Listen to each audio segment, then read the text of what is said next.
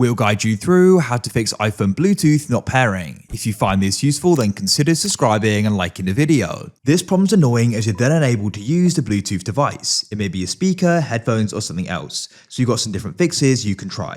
What you need to do is go and open up settings like this, go and find Bluetooth. So you maybe find that it's not showing up, or there's an error when you connect it, or there's another problem. We'll keep this guide broad so the different fixes will hopefully go and work. So to go and get started, try turning off the Bluetooth.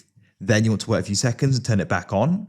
Then go and see if it will show up and if you can go and pair. If it's the case that you've previously gone and added it in My Devices, you want to press the I to the right and you want to go and press Forget this device and remove it. Now what we're going to do is a forced restart. So press the volume increase, decrease, and hold down the side power button. This just goes and refreshes everything. Keep the power button held down until you can go and see the Apple icon, like now, and release. Now come onto the Bluetooth device. What you want to do is go and power off the Bluetooth device.